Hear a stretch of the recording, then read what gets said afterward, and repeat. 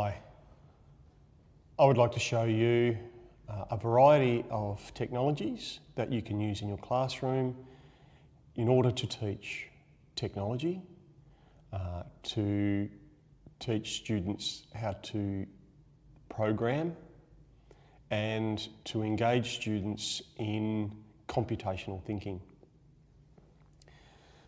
I'm going to show you a number of basic tools that I use for this purpose and how to use them.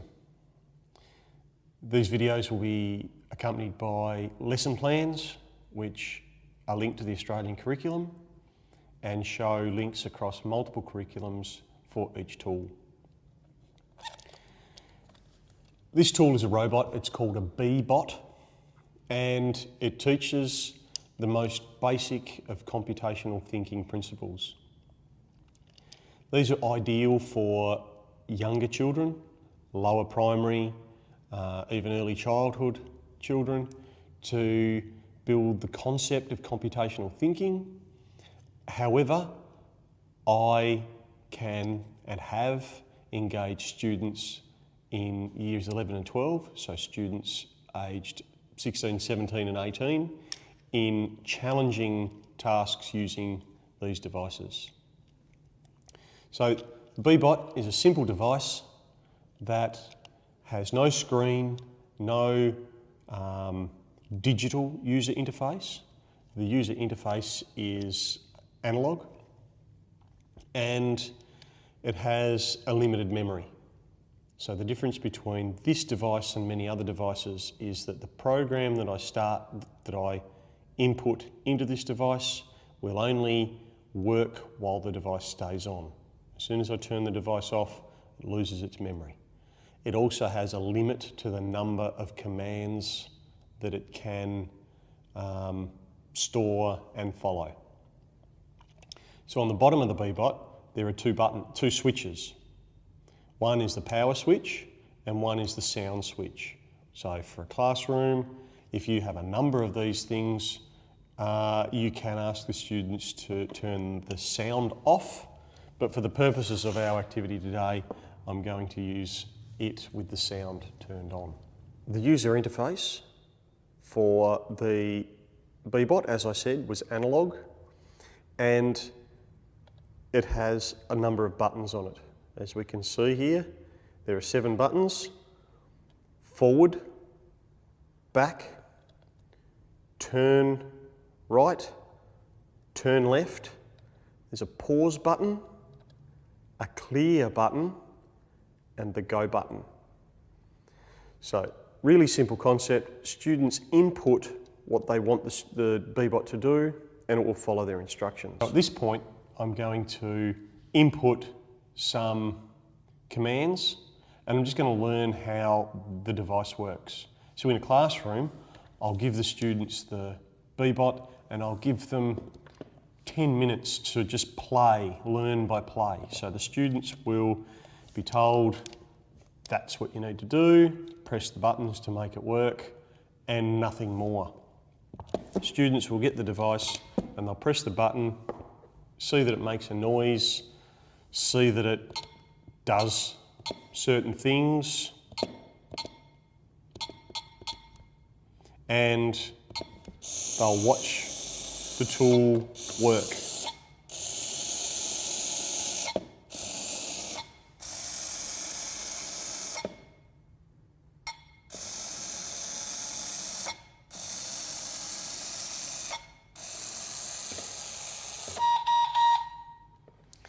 Okay, so that's learning by play, a little bit of experimentation. Now I'm going to ask the students to get the BeeBot to do a particular task. Now that task can be almost anything. First of all, I'm going to clear the memory. I'm going to get the BeeBot to move from one side of the table to the next.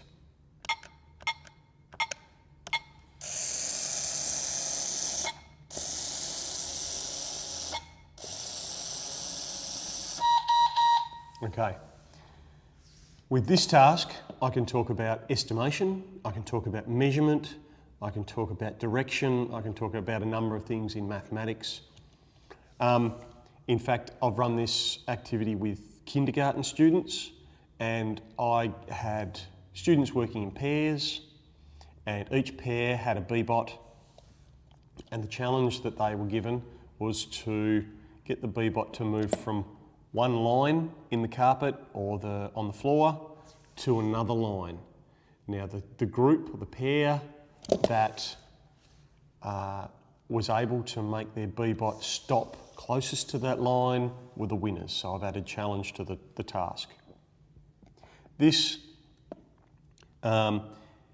implements into the task estimation as well as measurement. So students can, after a few minutes of playing with this, realise that each time they press the forward button or the back button, the BeeBot moves a set distance. Now, for those in the classroom, I wouldn't tell the students this, and I can start to give them tools to measure that distance. So they might use informal measurement, they might use blocks and say that the BeeBot moves 3 blocks each time, and they'll be able to measure using informal units of measure. Or I could give them a ruler or a measure tape, and they can use formal units of measurement. So they might work out exactly how much that distance is, and then be very accurate in the way that they program their device. So my estimation was that pressing the button 3 times would take it to the edge of the table, and it stopped short. So I can try again. If I were to use a ruler and work out the formal measurements of formal units of measurement, the BeeBot moves forward 15 centimetres per button press. So if I want it to move 45 centimetres in a forward direction, I'd press the button 3 times. If I wanted to move a metre, I can divide that by 15 and press the button the appropriate number of times. That also allows for a number of options around tiles or placemats.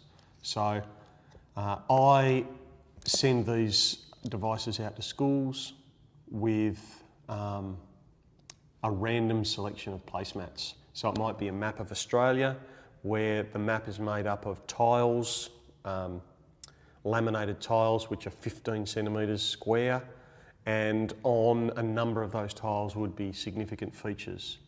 This links to geography.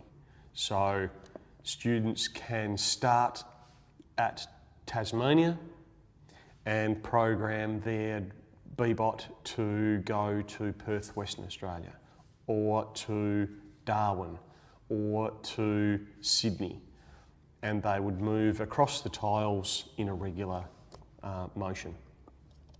So a number of opportunities there for especially primary school age students to develop the understanding of computational thinking.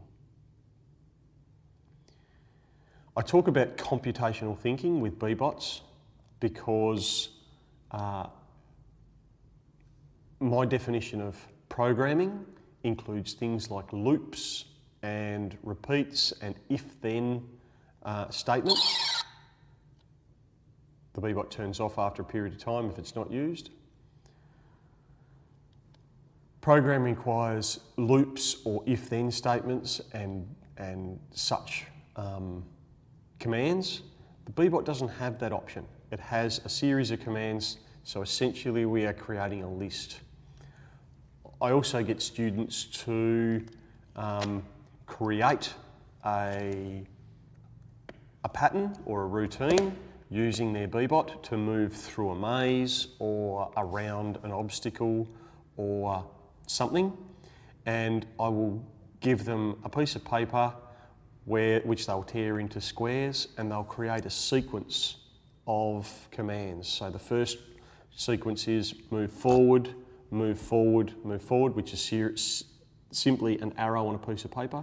Move forward, move forward, move forward, turn right, move forward, turn left, move forward, etc. So when they've stacked up their pile of commands, they can then invert them and give it to a friend who can then turn the pile over one at a time and repeat the command sequence that the student has created. This links to the curriculum in the use of ICT, digital technologies curriculum, with following routine instructions and a number of other criteria.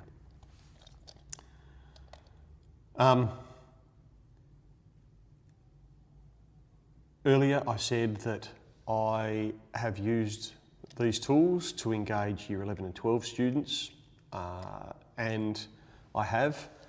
Typically I go through the same process. I give the student the tool, they learn to play, they learn the distance that it travels, they learn to estimate, they learn to manoeuvre the tool, the BeeBot, around obstacles. Obviously it usually takes less time than with junior students.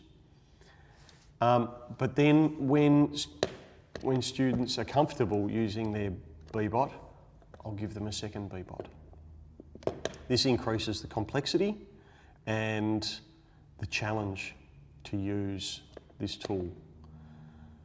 I will ask them, usually the first task I ask them to do is to get their BeeBots to dance. Now there's a number of ways that I can make these BeeBots dance, and one of them, and the most simple way, is what I call a boot scoot. Like line dancing, where the BeeBot will move in a sequence together and do the same thing beside one another. So I program one and I repeat the program in the second, and I press go at the same time. That's a simple dance. While it looks entertaining and it's more challenging than just using one BeeBot, it's not a significantly higher order thinking. The next challenge is to make your BeeBots waltz, and that can be start them facing one another and have them move around one another, and I issue a number of points or an award or a badge or something if students are A, able to make their BeeBots waltz, B, program the dance so that they at no stage run into one another. I'll give negative points if they run into one another, etc. That challenge can be augmented or made more interesting, more difficult by requiring the BeeBots to move to a particular point on the dance floor. So the BeeBots might start in the middle of the dance floor, and it might be a requirement that the BeeBots work within a metre square on the floor, and at some point the BeeBots have to go to one, two, or all of the corners of that dance floor. It can be that one BeeBot is in one corner and one BeeBot is in the other corner at a particular time, and the points for each corner are added. And then you can add other challenges like bonus points for having the BeeBots finish side by side, or finish facing, or finish in opposing directions. So simple little task, make up some rules, issue the challenge, and students can spend hours trying to program their BeeBot to meet each of those criteria. Add an extra criteria, increases the complexity of the dance. If you've got enough BeeBots, add a third, much higher complexity. This can meet the Australian curriculum at Year 11 and 12 level for a number of things, especially if you record the dance using a smartphone or a video camera or whatever.